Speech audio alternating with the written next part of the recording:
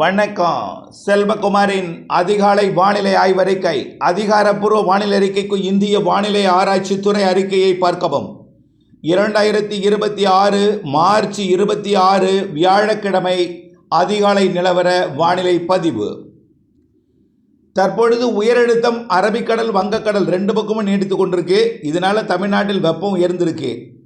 இதற்கு பிறகு 29ஆம் தேதியிலிருந்து கேரளாவிலே இடிமழை பொழிவை கொடுக்க போகிறது. கேரளா கர்நாடகாவிலே அது 30, 31ஆம் தேதி தமிழ்நாட்டின் மேற்கு தொடர்ச்சி மலை மாவட்டங்களுக்கும் வர இருக்கிறது.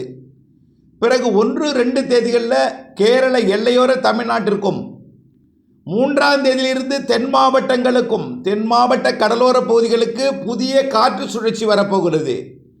சுமத்ரா தீவு அருகே வர இருக்கக்கூடிய காற்றழுத்த தாழ்வு நிலை கீழடுக்கு சுழற்சியாக தமிழ்நாட்டின் கரையை ஒட்டி வந்து அது தெற்கு காற்றை கொண்டு வந்து தமிழ்நாட்டில் ஏற்றப் போகிறது.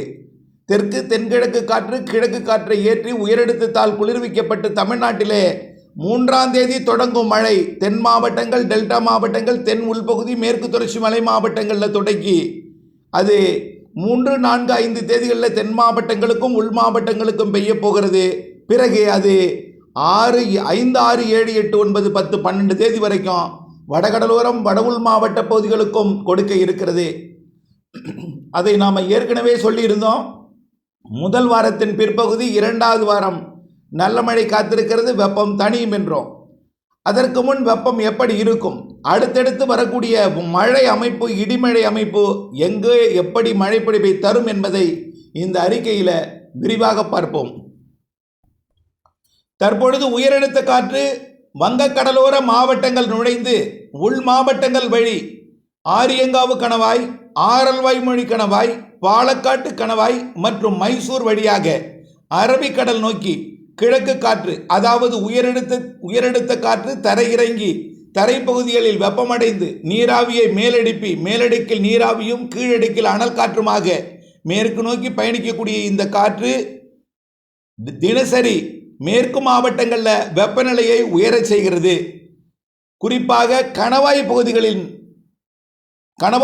மாவட்டங்கள், குறிப்பாக கணவாய் பகுதி இருக்கக்கூடிய ஊர்கள் பொள்ளாச்சி, உடுமலைப்பேட்டை, தாராபுரம், நெகமம், கருமாபுரம், காட்டம்பட்டி மற்றும் குண்டடம், பல்லடம், காங்கேயம், வெள்ளக்கோயில், கரூர், அரவக்குறிச்சி மற்றும் ஈரோடு இந்த பகுதி, பரமத்தி வேலூர் இந்த பகுதிக்கும், அதே போல் தென் மாவட்டங்களில் கோவில்பட்டி, சிவகாசி, சாத்தூர் மற்றும் திருநெல்வேலி, தென்காசி மாவட்டங்களின் திருநெல்வேலிக்கும் மதுரைக்கும் இடைப்பட்ட பகுதியிலையும் கொஞ்சம் வெப்பம் அதிகரித்து காணப்படும்.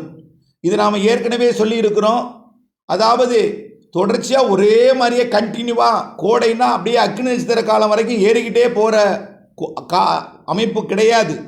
பொதுவாகவே எல்லா காலங்கள்லேயும் அப்படித்தான் இருக்கும். கோடையில் இல்லாத வெப்பம் கூட பிப்ரவரியில் சில ஆண்டுகள் வந்திருக்கு. ஆனால் கோடையில் மழையும் பொழிந்திருக்கிறது. அக்னி நட்சத்திர காலத்தில் மழையும் பொழிந்திருக்கிறது. இந்த ஆண்டும் இருக்கிறது. அதன் அடிப்படையில் தற்பொழுது, அதாவது இந்த வாரம் சனிக்கிழமை வரைக்கும் கொஞ்சம் வெப்பம் உயர்ந்திருக்கும். ஞாயிற்றுக்கிழமை கூட கொஞ்சம் வெப்பம் உயர்ந்திருக்கும். அதாவது இன்றைக்கு 26ஆம் தேதி வியாழக்கிழமை, 27ஆம் தேதி வெள்ளிக்கிழமை, 28 சனிக்கிழமை, இந்த 3 நாளும் வியாழன், வெள்ளி, சனி 3 நாளும் கொஞ்சம் வெப்பம் அதிகரித்துத்தான் இருக்கும். உள் மாவட்டங்களில் கடலோரம் பெரிதாக இருக்காது. ஆனால் கடலோரம் உணரும் வெப்பம் அதிகமாக இருக்கும். ஆனால் வெப்பநிலை மாநில பதிவாகி இருக்கிறது பார்த்திங்கன்னா ரொம்ப குறைவாக இருக்கும். ஆக இந்த வெப்பமே நமக்கு வாட்டுதே. அப்போ 100 டிகிரி வெப்பம் எப்படி ஈரோட்டில் இருப்பார்கள், பொள்ளாச்சியில் இருப்பார்கள், தாராபுரத்தில் இருப்பார்கள் என்று யூகித்து கொள்ள முடியும் அளவிற்கு அந்த வெப்பம் நீங்கள் உணர்வீர்கள். ஆனால் கடலோரம் பெரிதாக இருக்காது. ஆனால் வெப்பநிலை மாநில பார்த்தால் குறைவாக இருக்கும். உணரும் வெப்பம் அதிகமாக இருக்கும். திருச்சிக்கு மேற்கே கொஞ்சம் கூடுதலாக இருக்கும். அதிலும் பொள்ளாச்சி மற்றும் பாளையங்கோட்டை, அதேபோல் விருதுநகர், சாத்தூர், சிவகாசி, வெம்பக்கோட்டை, கோவில்பட்டி, கயத்தாறு இந்த பகுதியிலையும், அதே போல் ஈரோடு, கரூர் போன்ற பகுதிகளிலையும், அதுலேயும் நம்பர் 1 இடம் பாளையங்கோட்டை, சிவகாசி. இங்கெல்லாம் 102 அல்லது எங்காவது ஒரு இடத்துல 104க்கு போகலாம். 104 என்பது 38 என்பது 100 degree, 39 102 degree, 40 degree Celsius, 40 degree Celsius, அதாவது 104 டிகிரி இந்த சனிக்கிழமைக்குள் ஏதேனும் ஒரு இடத்தில் பதிவாகலாம். அந்த பதிவாகும் என்று எதிர்பார்க்கக்கூடிய இடம் பாளையங்கோட்டைக்கும் மதுரைக்கும் இடைப்பட்ட அந்த பகுதி.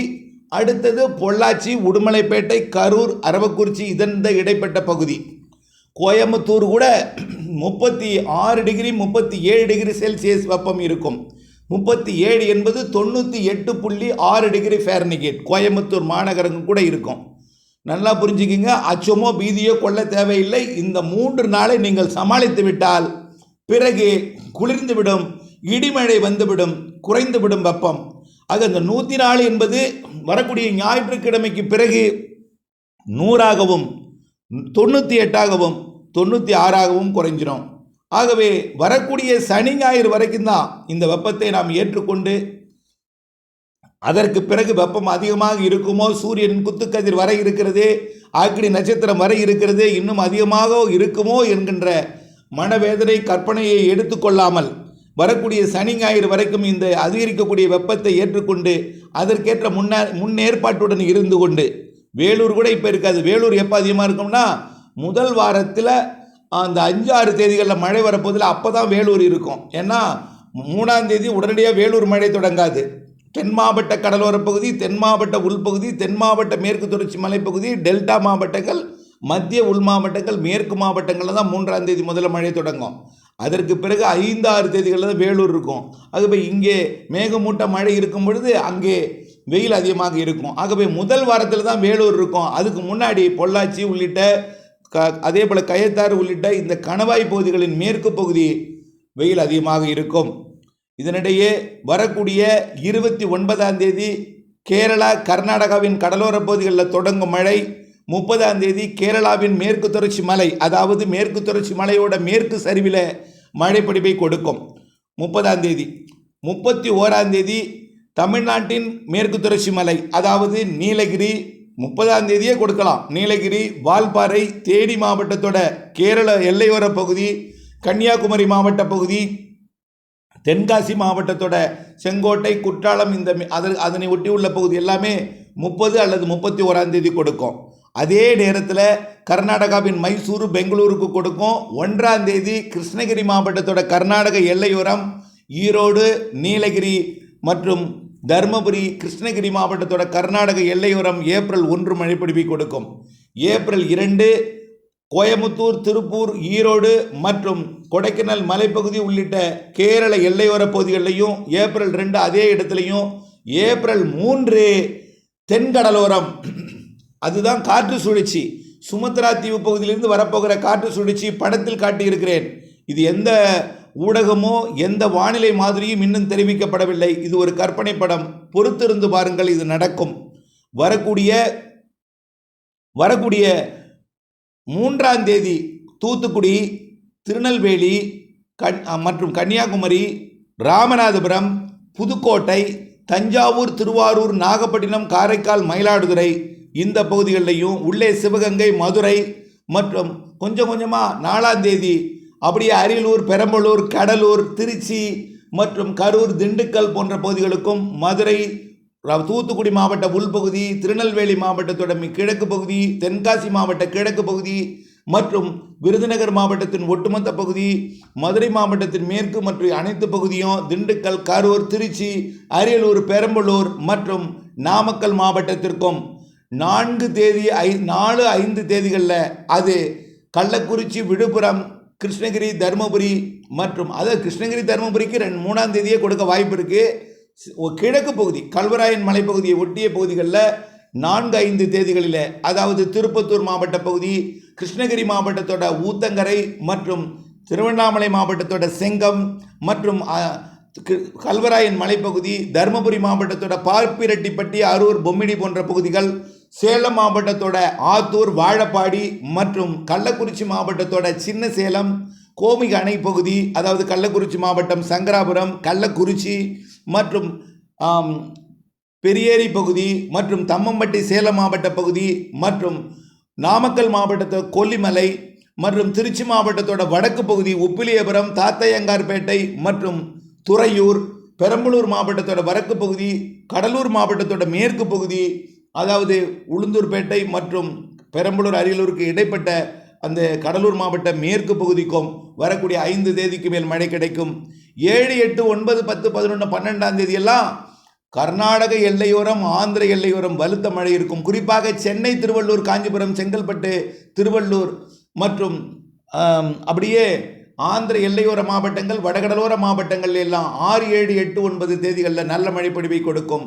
கிழக்கு காற்று, தென்கிழக்கு காற்று, அதாவது வட இந்திய நிலப்பகுதிகளில் அமைய போகிற காற்றழுத்த தாழ்வு நிலை நோக்கி கிழக்கு காற்று பயணித்து உயரடுத்த காற்றும் கிழக்கு தென்கிழக்கு காற்றும் இணைந்து தமிழ்நாட்டில் வடகடலோரத்திற்கும் மழைப்பொழிவை கொடுக்கும். ஆக வெப்பநிலை 29க்கு மேல் படிப்படியாக குறையும். ஒரு சில இடங்களில் இருந்தாலும் பெரும்பாலான இடங்களில் வெப்பம் இந்த வாரம் இருக்கக்கூடிய வெப்பத்தை காட்டிலும் அடுத்த வாரம் குறைந்திருக்கும் என்கின்ற ஆறுதல் செய்தியோட முதல் வாரத்தில் 3ஆம் தேதியிலிருந்து படிப்படியாக மழை பரவலாகும். முதல்ல தென்கடலோரம், தெற்கு டெல்டா, பிறகு மத்திய டெல்டா, உள் டெல்டா, வடக்கு டெல்டா, பிறகு படிப்படியாக வடகடலோரம், வட உள் பகுதி என்று படிப்படியாக முதல் வாரத்தின் பிற்பகுதி 2வது வாரத்தில் ஏப்ரலில் நல்ல மழைப்பொழிவு கிடைக்கப் போகிறது என்பதை தெரியப்படுத்த விரும்புகிறேன். மழையை எதிர்நோக்கி இருப்பவர்கள் இதுவே உறுதியான அறிக்கை என்று நினைத்து ஏதேனும் விவசாய பணியில் இறங்கி விடாமல் தொடர்ந்து அப்டேட்ஸோடு இணைந்திருந்து அப்டேட்ஸ் மாறுதல் துல்லியம் அறிந்து ஒதுக்கி கோடை மழை பொழியும் என்பதையும் புரிந்து இணைந்திருந்து அப்டேட்ஸ் அறிந்து வானிலை அறிந்து விவசாயம் செய்ய அன்போடு கேட்டுக்கொள்கிறேன். நன்றி.